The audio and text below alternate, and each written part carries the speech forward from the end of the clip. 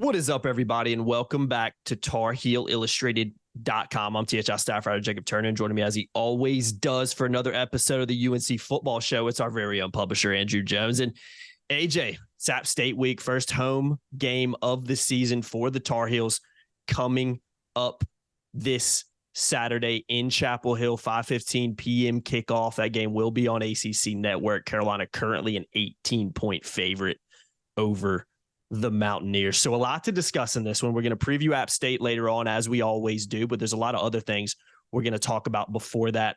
Carolina obviously coming off a season opening win over South Carolina. Impressive performance in that one. If you want to hear us break that one down a little bit more, if you haven't seen it, go watch the Three Things video we do after every single game. You can find that on our YouTube channel. But AJ, I kind of want to talk to you and ask you first. I know there's a lot of topics we're going to discuss in this one, but you've been at the press conferences this week in person. How is North Carolina? How are the Tar Heels feeling heading into game number 2? Because it seems like there's a pretty positive vibe around the program right now, for lack of a better word. Yeah, I'm hitting on some small little themes in the daily drops I'm doing this week, the ones that are football related. We do have a basketball one running on Friday. I did with David Sisk. Everybody loves the David Sisk pod. So good to have him back on the channel. I've got 2 David Sisk pods this week. One is a drop on Friday. I think that there was a tremendous amount of, okay, we showed what we thought we were. Now we need to do it again. The stacking performances has been constantly repeated, but I'll tell you another thing. They know the numbers of last year's game in Boone. It was a win, but I think it felt like a loss. And I asked Elijah Huzzy on Tuesday. We got the players after practice on Tuesday. And somebody had asked him, are you aware of what happened in the App State game last year? Are you hearing guys talk about that? Oh, yeah. And I asked him, I said, do you know the numbers? And he kind of did this, and yeah, I know the numbers. 40 points, 18 first downs, I think 334 yards in that quarter. And Max said afterward, that's going to hang with these guys all year. I think it's still there because they get to play them again. If they didn't play them again, I don't think it would be there. We wouldn't be talking about it right now. We would only be talking about 9 sacks, 16 TFLs, minus 2 yards rushing by South Carolina, and what a resounding victory that was. But I actually think the fact that they got App State in week 2 after the performance they just had, I think that's an enormous positive for North Carolina. They have built-in fiber for this game because Cedric talked about it in July at the ACC kickoff. Some of those guys talked about it in the spring. Kamari Morales, tight end, in mid-August said, I'm pissed off for the defense because so much of the narrative was set that day. I asked Kamari Tuesday, I said, are you pissed off for the defense a month ago? How do you feel about them now? Well, they did a good job, but they've got App State this week. So I think App commands a lot of respect for a lot of reasons. Mack doesn't sell opponents short, but there's no reason to sell this program short. It's a good program. They've proven that they can beat big boys. They beat Carolina in 2019 in Chapel Hill. Last year, Tar Heels win, basically miracle victory. When you win 63-61, it's a miracle. It was tight. You should lose. Yeah. You give up 61 points, you should lose. And they know that this is a good team. A week after that, App went to Texas A&M and won last year and kind of derailed their season. So there's plenty of built-in motivation for this game. It's an easy motivation game. I don't think a letdown is going to happen. I think the leadership with this group, I think the coaching staff, Mack's message, the messages that are being created and repeated by players, by the leaders in this team, they're going to be ready to go Saturday. And actually, we can get into this a little bit later, but I think that these first 4 games before the open date, they've got a lot of built-in motivation for various reasons in each of these games, which is why I love the schedule, because I want to learn. And I thought this was the best thing this program needed, was to force the man up and belly up and take care of business for 4 straight weeks out of the gate. And this will be week number 2, and they have a challenge, and I think they're going to meet that challenge. Yeah, I mean, you talk about App State commanding respect, and of course they command respect when you look at the last 2 matchups the Tar Heels have played, like you mentioned, against them. Has never been easy. They lost to them before. They really struggled up in Boone last year, and you'd think some of that might factor into Saturday in terms of motivation going into it. I'm not a huge believer in that at times, but you would think there'd be a little bit of a chip on the shoulder, especially of the defense. Yeah, we're not going to let them do that to us again. Yeah. Look, you were an athlete in high school. You played varsity soccer for 4 years. You know that every once in a while there's a performance that you can't shake. Yeah, of course. If you're an athlete, there's a performance you can't shake, and rarely do you get a chance to make amends. Literally make amends. They have a chance this weekend. Most of the guys in the field defensively were in Boone. Yeah. As much pride as Cedric Gray has, I mean, he cannot wait to get out there and change the narrative to make the last time versus App State something different than what people say now. Well, the last time they played App State, they won the game, but it didn't seem like it afterwards. Some of us were talking in the press box, or actually it was in waiting for Mack to come out Monday for his presser. After that game, he looked and sounded like he lost. I sat in the front row. They had a card table. It was a really weird setup. And I just got the vibe that you were there. You got the vibe that they didn't win. Yeah, so, it felt like a loss, yeah.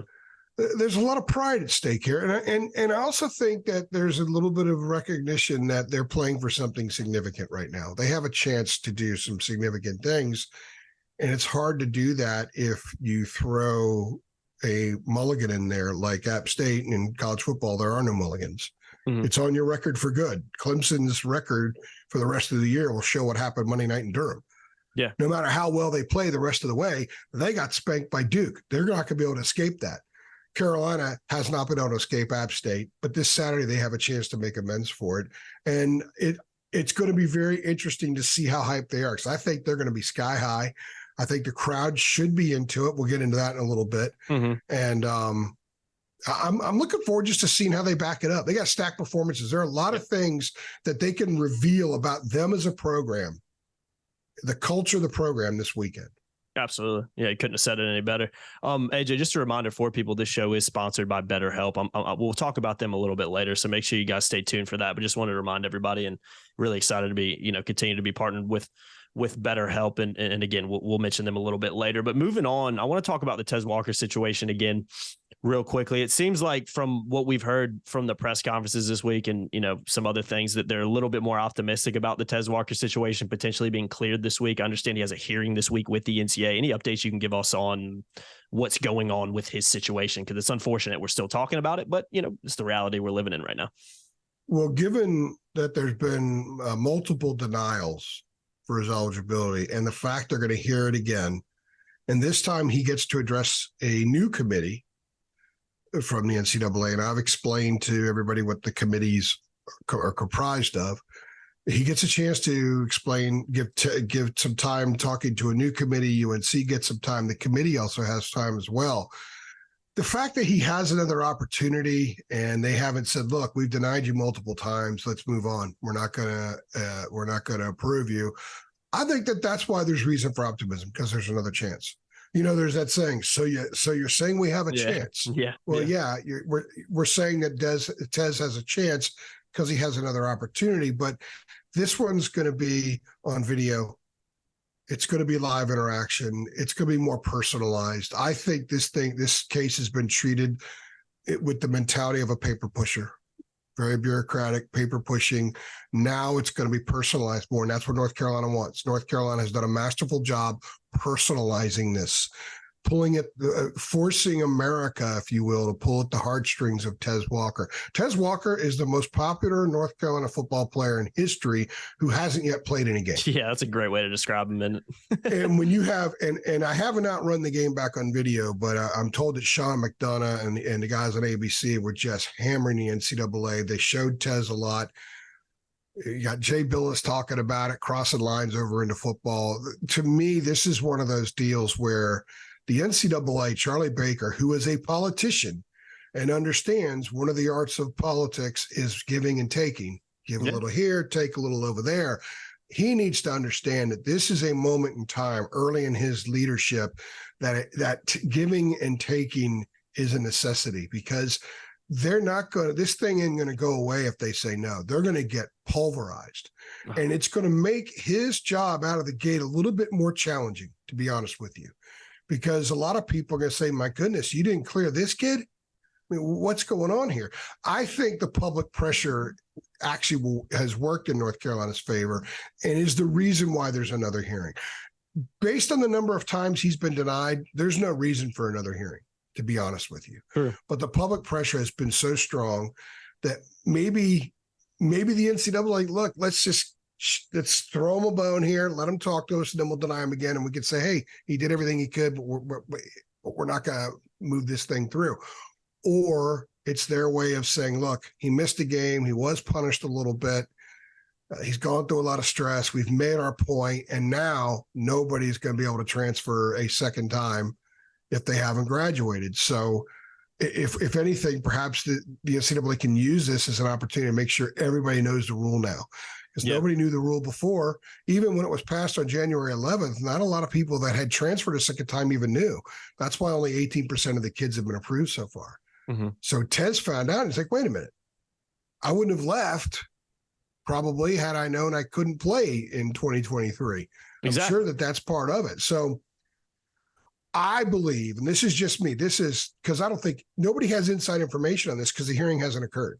Mm-hmm. And the school doesn't have inside information other than the process. And they don't even know the process some of the time because the process is in Indianapolis and it's taking place to people in Chapel Hill. It's not like someone in Indianapolis is texting them, okay, now they're doing this, now they're doing that. They don't know. So my gut instinct is telling me that he'll probably be approved because they wouldn't hear it at this level. Rarely do athletes get to face the NCAA in person or via Zoom. So I think the fact that it's gone this far and the public pressure is probably going to get clear, but that's just a hunch. There's nothing to go by other than that. No, sort of reading the tea leaves. We're almost into a political year, so I can say reading the tea leaves. It comes back every 4 years. Yeah. So I'm getting a jump start on that. Yeah, no, I agree. I've said since day one that my personal opinion is the decision to not let him play, or not even that, just keep it up in limbo like they have. It helps nobody and it hurts everybody, including the NCAA. It's hurt the NCAA. It's ruined some of that. You know, you talked about a new guy coming in and trying to change the perception of the NCAA. Well, this has not helped. It's actually done the exact opposite. And even clearing him now, AJ, it's not really going to save face for the NCAA. And like, yeah, why didn't you do that 4 weeks ago? You know what I mean? It's a bad situation for everybody. But as I've said also, I'm sure that if you're Charlie Baker and you're the power structure in Indianapolis, you've got to say, look, guys, and they're in a room and they know what's going on out there, saying, look, if we cave in on this, everyone's going to start doing this now. But I don't think that's going to happen because Carolina has a platform. They have a platform because they're North Carolina. They have a platform because they were expected to be good this year because of the Drake May factor. Drake wearing the jersey backwards the other day after the game. That's a massive statement. You know, when was the last time a college athlete made a statement like that toward the NCAA? You could go back to Brian Bosworth in the 80s at Oklahoma. Now, Drake didn't go about the way Bosworth did. We basically had a middle finger up in the air. But I think that was a very subtle middle finger, a middle finger with the words Walker and 9 on the back/front of the jersey. AJ, Eric Church as well. Eric Church as well during the kickoff. Church, wearing a Tez Walker Mack's letter Friday, you know, he had pulled back from public comments, but his letter was very strong. So they also might be saying, look, if we cave in, everyone's going to try to do this, but I don't think they're going to because they're not going to have a platform. If 60 schools try to do that, it's not like Andrea Adelson's going to report on 60 schools doing that. This is the golden nugget, so to speak, of these cases. Once this is decided on one way or another, future cases like this aren't going to generate as much attention. Yeah. Because we've kind of squeezing this orange till it's dry, this lemon till it's dry, however you want to look at it. Yeah. No, like completely. Over metaphor there, but still, I think you guys get the point. Yeah, and I don't think the rule is necessarily a bad rule. I just think it's being looked at way too black and white. Tez Walker's situation does not reflect what the rule was put in place for, so it shouldn't apply to him. So that's just my January 9th, he enrolls. January 11th, the rule. It's like if you're out on Interstate 40 and the speed limit's 65 or 70, was it 70 out there? Yeah. And you're going 70, and then a week later they move it back to 55, like in the 80s, and you get a speeding ticket. Yeah, they send you a ticket 70 a week earlier. It's a great way to describe it. It's ludicrous. It's ludicrous. Mm-hmm. Doesn't make any sense. And it's unfortunate we continue to have to talk about it, but is positive that Carolina is more optimistic about it. But again, like AJ just reiterated, they might be more optimistic, but they still don't know what's going to happen. Nobody knows. Optimism is just a hunch. That's all it is. There's literally nothing to go by other than what I laid out there. And all that does is fuel a hunch. Mm-hmm. There is no precedent to look at right now and say, well, because this happened, mm-hmm. we feel good that this is going to happen. It could be a landmark moment for the NCAA Thursday. Mm-hmm. It could be the new NCAA under Charlie Baker. It's going to be a lot of judgment, and I think a lot of people were looking forward to him coming in. I remember asking Mack about it a year ago, and the idea that it wasn't Mark Emmert, he couldn't get out the door fast enough, and it was someone who, by being a governor, you have to give and take. Yeah. Even in a state like Massachusetts, when there wasn't a whole lot of opposition. In the opposition party, he's a Democrat. There are not a whole lot of elected Republicans in the state. You still have to be political. You still have to give and take, mm-hmm. and that's one of the reasons why he was qualified to come in and why it was a good move. Because the NCAA, what do politicians do? They put on a good face. Yeah, the NCAA need to put on a good face. Right now, they have a chance to save face. Mm-hmm. I don't know if they could put on a good face at this point, but they have a chance to save face. And it'll be interesting to see if the organization led by the politician is able to save face and perhaps put on a palatable face. Yeah, we'll see. Hopefully you'll see number 9 warming up on Saturday and being able to play on Saturday. Because again, that just seems like the fair outcome for everybody involved, especially Tez Walker. AJ, moving it on a little bit. Interesting quote from Kamari Morales earlier this week, kind of saying, hey guys, come to the game, show up. It wasn't a great showing in Charlotte on Saturday. You tweeted it out, got a little opposition to that, but I'm here to back you up. I was on the field, AJ. It was about 80-20 South Carolina fans to North Carolina fans. I talked about it in 3 things, how pregame kind of, especially the national anthem with Darius Rucker doing it, it was so loud, it almost felt like a South Carolina home game in a way. I think it was very interesting in that respect. I think the only thing helping Carolina fans out on Saturday was the fact that, the Carolina Panthers blue seats aren't quite Carolina blue, but they're a little bit similar. So I think that made it look maybe a little bit better than it actually was. But again, I think we've talked about it in the preseason, some of the reasons maybe that the fan base wasn't in there in full force. If they would have known what the outcome would have been, they would have shown up more. But there was a lot of pessimism around the program and a lot of lack of excitement going into game 1. I think the performance in game 1, it should have maybe changed some of the perspective around it and some of the interest levels around it, particularly with how the defense played, because I think that's where a lot of the negativity was kind of going towards was the defense in the way last season ended. So you would expect Saturday to be a good crowd. You expect there to be a good amount of App State fans there as well. I remember back in 2019, it was a fantastic atmosphere for that game, AJ. Fantastic atmosphere for the App State game. I expect a similar one on Saturday. And again, Kamari Morales kind of saying, hey, come out and watch because, we need you there. Yeah, I don't want to go too much into the South Carolina crowd because I said what I said, and a lot of people are still trying to say it was 60-40. It wasn't. If it wasn't 80-20, it was 75-25. Like honestly, I almost went into troll. I'm generally not a troll guy, but I almost went into troll mode and tweeted, actually, it's 81-19. Yeah. Because it was a lot closer to 81-19 than it was 70-30. Yeah, there's no doubt about it. And that doesn't matter right now. What matters is what Kamari said. And he said that after acknowledging it was almost all South Carolina fans. So he said it too. The players noticed it. Of course they did. So, and I think this Saturday is an opportunity for North Carolina to have a wonderful environment at home. So App State will have people there, but UNC, it should be full. I think there should be a buzz. If Tez is cleared, there'll be a huge buzz. Mm-hmm. I do think that optimism gets people motivated to go to the game. And I believe that the optimism with this football team shifted significantly Saturday night. I look at it just based on our traffic on our content. Oh, yeah. The traffic on our content and the comments on stuff, be it Twitter, the Facebook page, our free board, our premium board, it's very football centric. And one guy even basically praised Gene Chizik in a way I haven't read anybody praise Gene Chizik in a long time. So one game has changed a lot of the feeling that people have about this team. And because of that, I think they'll be there. I think they'll be loud and understand that suddenly they could be looking at a situation where this club could put together something pretty special this year. Yeah. Obviously, it requires getting through App State and so on. But I think the fans can be an assistance to that, because they're going to need a buzz. I think these kids will be fueled, because Kamari even said, "Hey man, we play better when we know the crowd's behind us." Of course, yeah. So I think there's a narrative. The defense helped change a narrative some Saturday night. The offense, with the physicality at the line of scrimmage, running the ball and not letting Drake get sacked at only one TFL, they changed the narrative a little bit too. Now it's time for the fans to change the narrative. Mm-hmm. A narrative that I'm not making up, you're not making up. Kamari Morales acknowledged it. Mm-hmm. He didn't go all in, but it was in his mind. Fans need to show up. They need to be there before kickoff. Mm-hmm. You don't need to eat that much damn brie, right?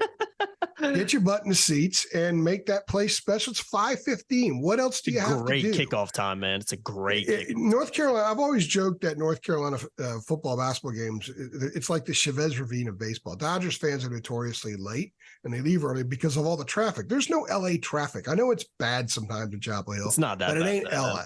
No. 5:15 on a Saturday. What else do you have to do? Mm-hmm.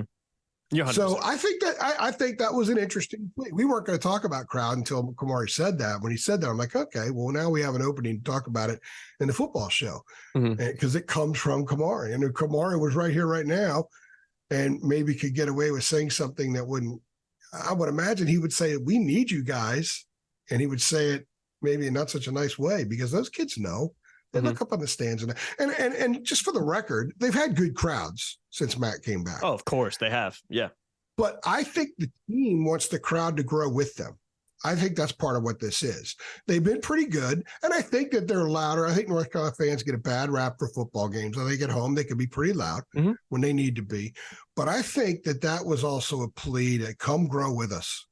If we're going to be special, you got to be special too, because the crowd, the fan, is a huge part of college football. Of course it is. It's a huge part. Where people talk about best entrances, and they talk about student bodies, and they talk about this and that. That's part of the pageantry and atmosphere. And North Carolina is in position right now with a team that has a chance to do some special things, to have the fans also be special in that sense. Agreed. Yeah, there's 365 days in a year, and you get 7 home games tops. Come out and support, come out and watch, come out and enjoy football in September. There's nothing better than it. In a team that, again, I was talking to some Carolina fans this week, and I told them, for me, it was the perfect start against South Carolina, because the narrative was on the defense. The pessimism was on the defense. That was all, AJ, 90% of the tweets I saw when I was asking, like, before the game, how are we feeling going into it, is all about, 90% of it was about the defense. They played well, and they kind of set the tone. And even in the fourth quarter, I think some Carolina fans that I talked to, when Drake made through those 2 interceptions, were like, "Oh, here we go again. Defense has played great, but offense is letting them back into it, and the defense is going to give up these late drives again, and it's going to be a tight game down the stretch." That didn't happen. It was almost the perfect result of, okay, the offense, they slacked off a little bit in the fourth quarter. There's no doubt about it. But the defense stepped up and made plays. They made stops, and that didn't happen at times last year, and it hasn't happened a lot of times in the 4 years or so that Mack's been back. So to me, the performance against South Carolina as a team as a whole, but more specifically on that defensive side of the ball, was kind of the perfect recipe and kind of the perfect antidote to some of the pessimism that fans had going into the season, of like, okay, maybe this defense has improved. We still need to see if it carries over into the rest of the year, but the defense continues to play like this. Carolina fans are sitting there like, oh man, we could be a pretty damn good football team. So come out and support them. You know what I mean?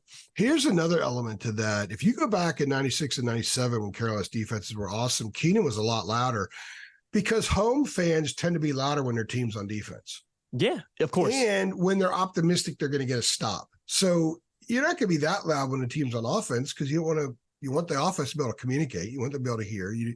It's a different vibe. Like in baseball, if a pitcher has 2 strikes with 2 outs in the bottom of the ninth, you're closers in the game. That's when the stadium's usually its loudest in pre-pitch, right? Mm-hmm. I think in football, Saturday, if App State is in a 3rd and 6, 3rd and 7 on a regular basis, I think the crowd's going to get louder each time. Get behind the defense, be a 12th man. And they haven't had a lot of that, quite frankly, in the last quarter century. Mm-hmm. So I understand.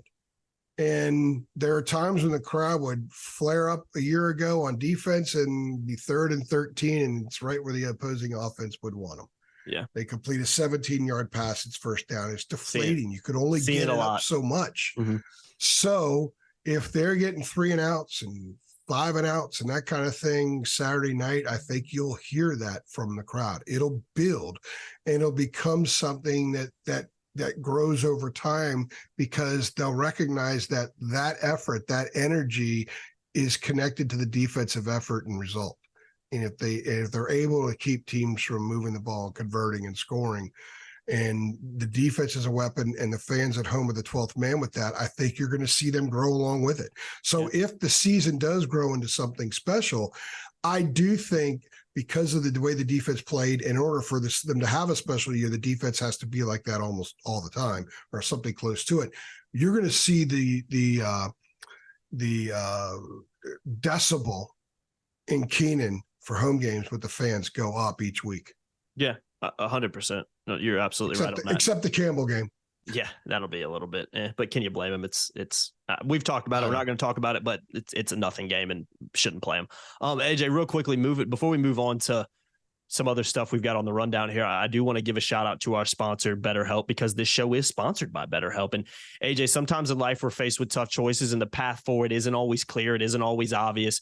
So it's whether you're dealing with decisions around your career, maybe relationships or anything else, therapy helps you stay connected to what you really want while you navigate life so you can move forward with confidence and excitement, which is so important in everything you do in life. And trusting yourself to make decisions that align with your values is like anything. The more you practice it, the easier it gets. And we've talked about it a little bit. And obviously with the Tez Walker situation, it's something that Carolina's prioritized a lot with mental health. And I know for me, sometimes just talking things through with someone is super helpful. I know Max talked about how they've had a lot of communication with a guy like Tez Walker trying to help him out in this situation.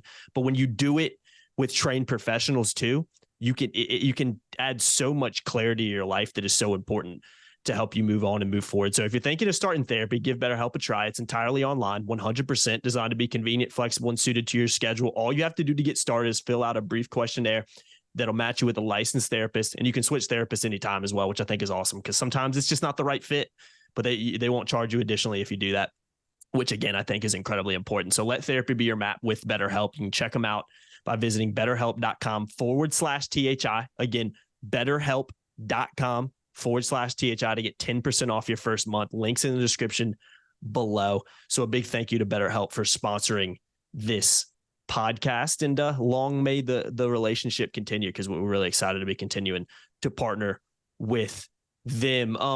AJ, one thing we hit on after the game in our 3 things video very quickly, we didn't get a lot of time to talk about it, and it's something that is pretty damn impressive, so it probably should be talked about more. Mack Brown, first coach in college football history to have 100+ wins at 2 different programs. We've talked about it a lot, especially this offseason, even going back, how I don't want to say some people have taken Mack for granted and maybe the job he's done. If you consider the program he took over. AJ, I was there. I was there the first year. I mean, I've been going to Carolina games for a long time as well, but I started working here at THI towards the end of Larry Fedora's tenure, and it was horrible. It was absolutely horrible. There was no optimism around the program. They couldn't win games to save their life. Heck, they couldn't even beat a FBS program. But they finally turned it around. And I know it maybe some of the trajectory hasn't been like this. It's been a little bit of this and maybe a little bit of that and a little bit of that again. That's normal, I think. And that's expected when you consider the history of this program, but also what he inherited when he took it over. So I think it's something that maybe him setting that record hasn't maybe been talked about enough, because it's incredibly impressive when you look at some of the active coaches out there right now and some of the guys that have coached college football for a very long time, that Mack is the only person with that record to do it at 2 different programs. So just speak on that a little bit. I know it's not something he's really talked about a ton. He doesn't really kind of like talking about himself and stuff like that, but I think he deserves some praise. And I think it's something Carolina fans should be glad that they have someone like Mack Brown kind of leading their program right now. In my inner Sam Kinison, I would say it. Yeah. Yeah, so, I mean, I tried to be nice about it. I think I think way too many fans take him for granted and expected him to flip this thing immediately and get it to where it was in 96 and 97 overnight. But when he took the job in, I guess it was early December, late November 2018, it was it's a different job than it is now, because he didn't have the instant portal yet, really. It wasn't really a thing, and the NIL was not a thing. And I think that has made his job at North Carolina a little bit more challenging until the fans take ownership of the program literally and figuratively and build the collective more. Fans have more control over their team's success now than ever before. And UNC football fans need to recognize that and put money toward the collective. That will help. That will help Mack do a job. I think he's done a fantastic job. He's built a culture. We see culture now. I'm over there all the time. And I thought Larry had a pretty solid culture. And I thought Larry did a real nice job taking over and being the head coach of football during so much of that AFAM stuff, which he didn't ask for. And he didn't know all the details when he got hired. And I thought, other than some of the stupid stuff he said, I thought Larry handled himself well. I thought he hired good staff that, for the most part, that handled things well, but they didn't win. They had to flare up and didn't sustain it. Mack is sustaining it a little bit more. This will be his fifth year. This is his fifth year. They have a chance to have a fourth good season given circumstances. So that's pretty good. I'm not sure Larry had 4 good seasons, to be honest with you. So nah, not really. I think that in watching Mack do this, and I've seen a lot of coaches build programs or try to build programs. I thought Tom O'Brien had gave NC State a lot of stability when I was there covering that. And that was a professional job. Mack's doing a professional job, but he's a Hall of Famer. O'Brien wasn't. He's a different level than O'Brien. He's the perfect kind of guy now in the era of Twitter and social media, NIL and posing and wearing the shoes and putting on the number 100 jersey and dancing in the locker room. He gets it on so many levels. And he said he wanted to make North Carolina the cool place to be. It is the cool place to be. Mm-hmm. I was out on the basketball court on top of the football center, in one part of the football center about a month ago. And it's impressive. It's cool. It's a cool place to be. There's a lot of things about being a part of the North Carolina program that's cool. And the kids like Amari Gaynor even say, yeah, this is really cool here. And he went to Florida State, which you'd think would be, Joe Football U. So 100 wins at 2 different schools. I think, which some people might say, well, anybody get 100 wins at Texas, and North Carolina is still a pretty good program. Look at both programs before he got there and look at both programs after he left. Texas, for the 18 years before he got there, was not very good. And it hadn't been worth a crap since, for the most part. No, it hasn't. The media keeps pushing Texas to be Texas again. But you know what? Sarkisian and those guys have to do it themselves. Mm-hmm. The media keeps wanting it to happen, but they got a big one in Alabama this weekend. And if they win that game, that doesn't mean they're back. With the 100 wins at North Carolina's been terrible since Mack left. Really, really bad. Averaged 5.7 wins during the time he was out. North Carolina, before he got there, Dick Crum things started falling apart, and they became mediocre at best. So he was able to build that and learned a lot when he was doing that. So he's a Hall of Famer. He's a legend, and he's got a really good football team this year that has a chance to do something special. And I think that part of the burn with him is he knows how people view him. And they think, Vince Young got him a title. Just like with Roy. Roy's first title was 2005, and people thought, the Matt Doherty's guys. Well, he got one with Tyler and that crew. But then when he got one after Dean died, and he got one in 2017 with the AFAM stuff hanging over, the investigation hanging over, I think that solidified Roy. I think Roy became fully comfortable in his skin after that. I think if Mack were to get Carolina to an exceptionally high level, I'm not saying he's not comfortable in his skin, but I think that would be a little bit of, I showed you guys. Yeah. Because if he could take North Carolina to the top 10 2 different times, 30 years apart, almost 30 years, 25, 30 years apart, that would be remarkable with the incredible run at Texas sandwiched in between. Especially when no one else could do it at Carolina besides him, really. You know what I mean? I think that would make the one guy who did was given carte blanche to, do whatever the hell he wanted to. Yeah, look what happened.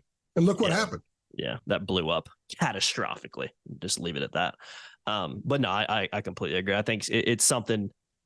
The perception around Mack has been interesting. Again, I can understand it from some Carolina fans in some ways. But again, I think when you look at who's in charge, you look at how good they could potentially be this year. And again, I'm going to keep reiterating this. You look at what he inherited here.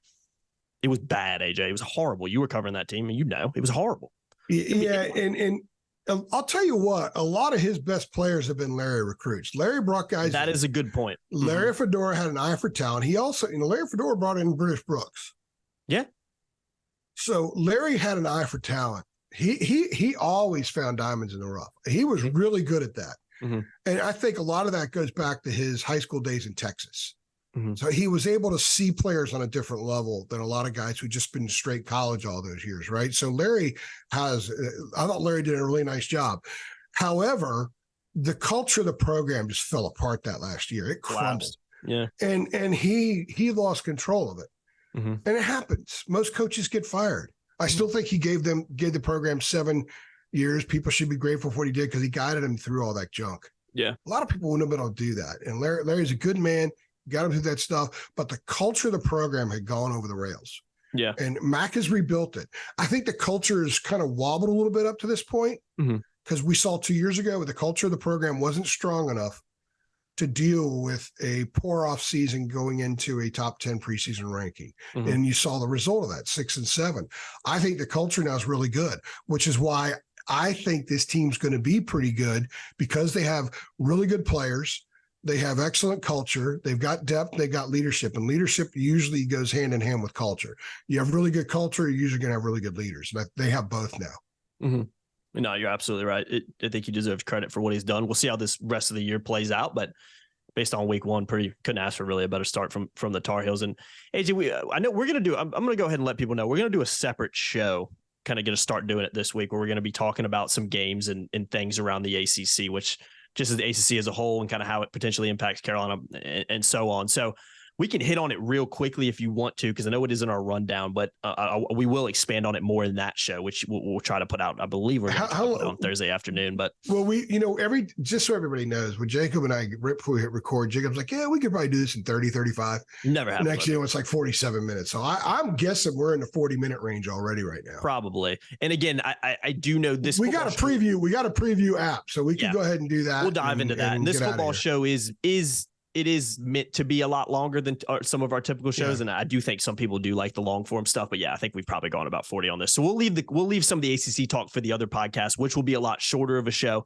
that we're going to put out on Thursday afternoon. So stay tuned for that. But just want to go ahead and give a little tease on that one as well. Let's move on to the App State. Because we almost did it now. So that's a good tease. Yeah, I had to do it right there. But guys, we'll move on to the App State preview right now. I've got a few notes on App State I'll run through. Not a ton because, it's just been one game into it, but I will read through some things that I have found out about the Mountaineers, which is also my alma mater as well. But AJ, moving into it, they picked to finish second in the East Division. I shouldn't have said that. I'm going to get so much crap for saying I went to App State. AJ, I ever tell you the story about how early on when people found out I went to App, I got dragged through the mud for some reason because I went to a different university of North Carolina? There's two kinds of people in media. People who are journalists and they don't care who wins. And that's, I think, the way you look at things. It's certainly the way I look at things. And then there's the people who are fanboys and they're not really journalists and they care immensely deeply who wins. Mm-hmm. And you can just tell. Mm-hmm. And unfortunately, there's too many of them around. There have been. And I've experienced it in national title games, sitting next to people who are cheering. It's mind-boggling to me, but I can tell you this much. The faces of THI have no rooting interest.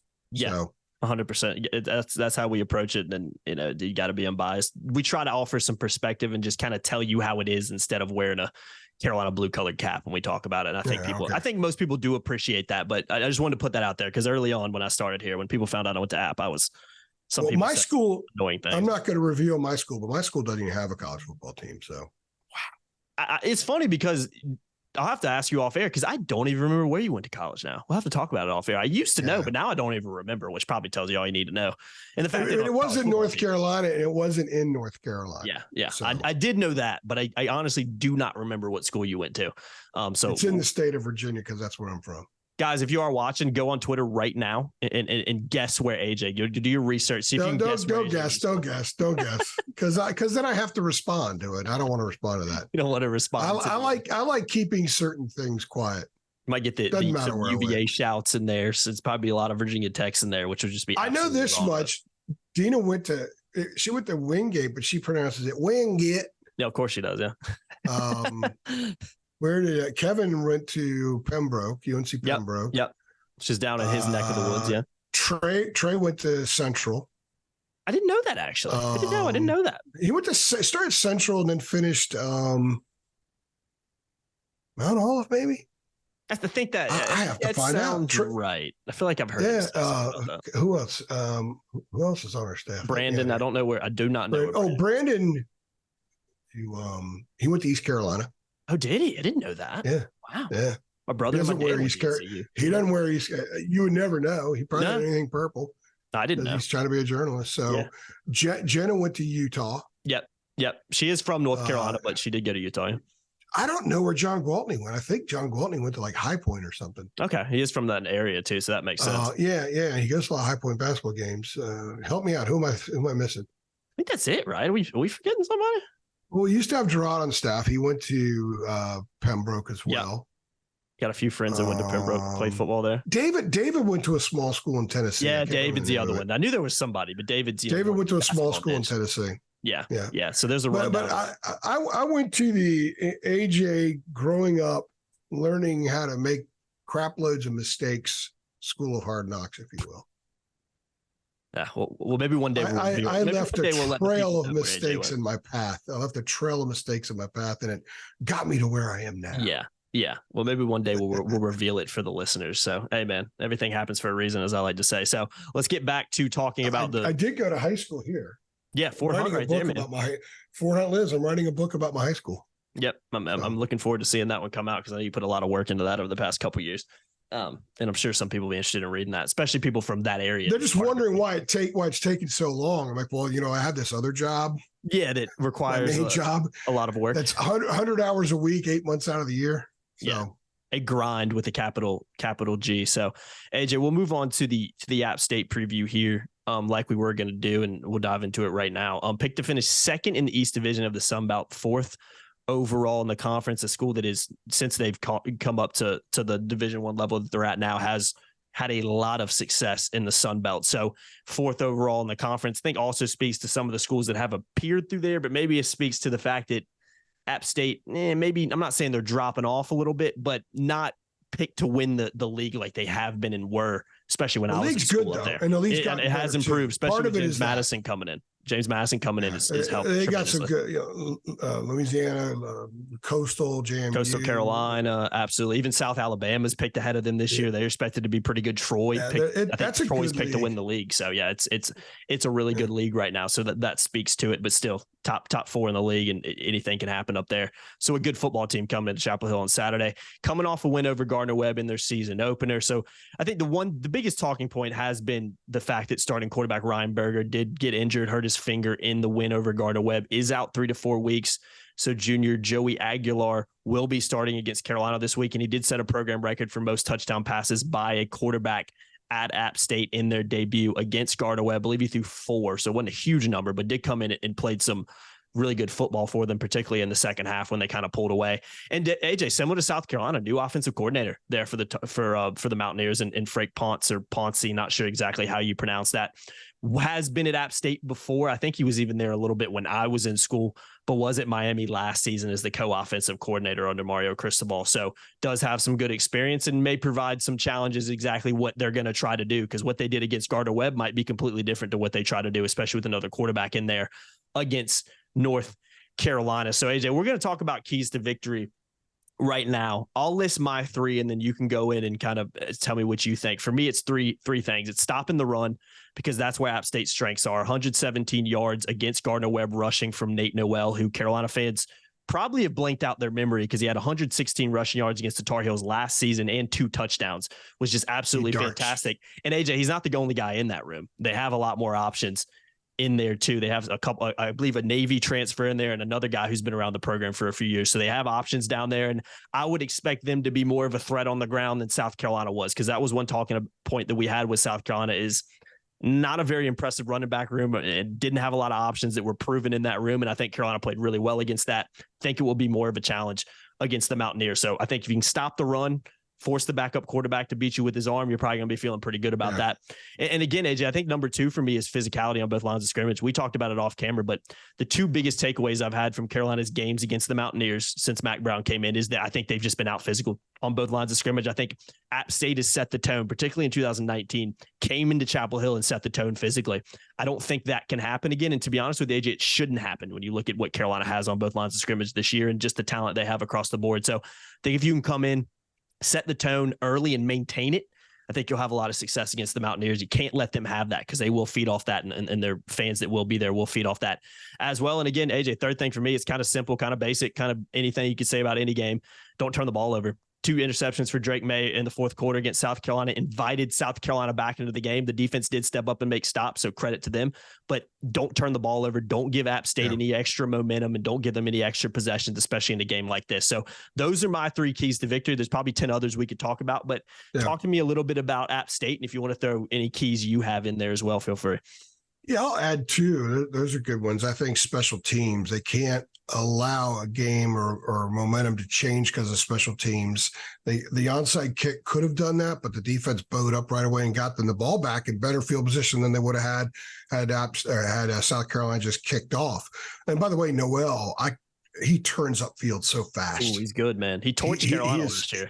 He really did. So, and the other thing I think is to not be so amped up, to be so overly focused on 40 points in the fourth quarter that you still got to go out and play football. You got to play your game, play who you are now.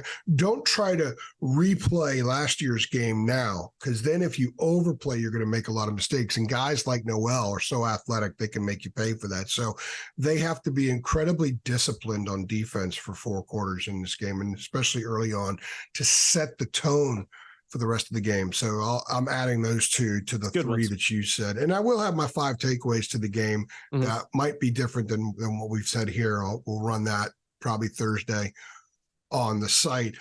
I think this is a wonderful opportunity for North Carolina to string together another performance, to stack one of those performances like I talked about in the Daily Drop on Tuesday. The players have talked about it this week. Mac and Gene have talked about it. That's what this is all about. What are you going to be? What kind of team do you want to be? Okay, if you want to be a team that is playing extremely important games in late November, then you've got to make the second week of September matter. You got to make it matter like it's the most important game you've ever played. Go out there and take business. They have to become this, and you can't become anything within one game. You can become something over a series of games, and that means stacking performances. So to me, the thing I'm going to be most interested in is, where are these guys? Where are they with respect to stacking performances? That doesn't mean they're going to go out and win emphatically, because App State has guys too that can play. Maybe they make some big plays, but you can't make discipline. You can't have discipline issues. You can't have a bunch of MAs, missed assignments. You cannot be out physical.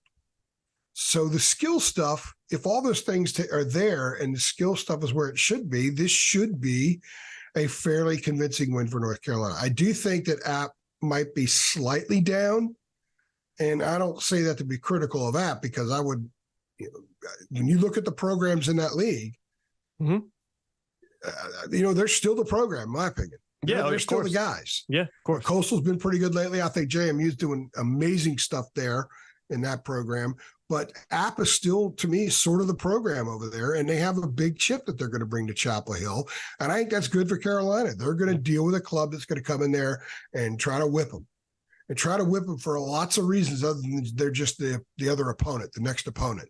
So I'm looking forward to seeing what the Tar Heels are like. As I've said 1,000 times before, I say it every year, Jacob. The season is a book. Each game is a chapter. We have consumed and absorbed and digested the first chapter. Now it's time to do that for the second one. And I can't wait to see what the next chapter holds. Yeah, no, I'm fascinated to see what happens on Saturday for a number of different reasons. It just always ends up being a good game for some reason. And again, I think this is probably not gonna say the worst app team Carolina's played, because I don't think it's a bad app team, but I think it is probably on paper probably the least convincing App State team that Carolina has played. It's only the third matchup since Matt came in. So I do think this provides an opportunity. This is the best Carolina team that App's played. Agreed. That's a great point as well. So I think that it just, what I'm fascinated about is, does that translate to on the field Saturday? Because we've seen oftentimes that it doesn't. So we'll see what the heck happens on Saturday. We will be there. THI will be there in full force. So what do you think's going to happen? I know our staff picks are coming out. We didn't do predictions for the first game. Because we have our staff picks, but I picked. Can you hear that out there? No, I actually can't. I actually can't if it makes you feel because it feels like something's about to come through this side of the house over here. I don't know what these guys are doing. Which is very, very on brand for us, because the guys that mow and edge, now they're blowing everything. So. Says damn leaf blowers, AJ. We cannot get away from the leaf blowers. If people who watch Three Things Wednesdays, we record this on Wednesdays a lot. I guess that's their day to do this. I guess so, man. It never fails. There must be some kind of little like halo over the house that they know when I hit the record button, it's time to make noise out there. It's a big red dot above the house that says we're recording. I'm just glad the dogs are in my daughter's room right now, because if the cat was out there, these guys, they'd be going crazy. Oh yeah, we've heard them a few times on the podcast. I'm trying to remember what I sent in for my staff picks, and I did submit that. I haven't even looked at it. I think I said 34-17, 34-21, something like that. Don't quote me on that. I do think Carolina wins. Well, I'll tell you what, let me ask you this then. Mm-hmm. And I want to know the people listening what they think as well. What do you think is an acceptable result, a minimum acceptable result? Because I think everybody in our staff's picking Carolina to win, I would imagine. Mm-hmm. But, okay, so sometimes that's easy, but what's acceptable? What is the minimum acceptable result? 41-20, just a 1-point win? Minimum? Do you think they need to come out and show some muscle, win by 17? No, I think minimum they have to win by 2 touchdowns. I think that's the minimum. I think it should be. I think when you look at what Carolina is trying to get to, you look at the performance they had, particularly on defense on Saturday. If they don't, I look at it like this, AJ. If they don't win by 2 touchdowns or more on Saturday, it probably means 2 things. It probably either means the defense didn't play very well and didn't build off that performance against South Carolina, or the offense sputtered and it is kind of played like they did in the fourth quarter against South Carolina. Both of those would be concerns. So I think minimum they need to win by 14. But the reason I think I only picked them by I think it was 17 I picked them by, is because a lot of that has to do with the history of this game over the past few years. It always seems like it's a closer game than it should be. I do think Carolina handles them easier in this one. I think they should. And as a caveat, I don't know if I mentioned it in my staff picks, I do think it should be a wider margin than that, and maybe late on with Carolina potentially putting some other guys in the game. The gap closes. Maybe they get a late touchdown for something, kick a couple late field goals for App State. But I do think minimum it should be 14. But I think it's somewhere realistically probably in maybe a 17-21 point margin of victory. 18's the line right now.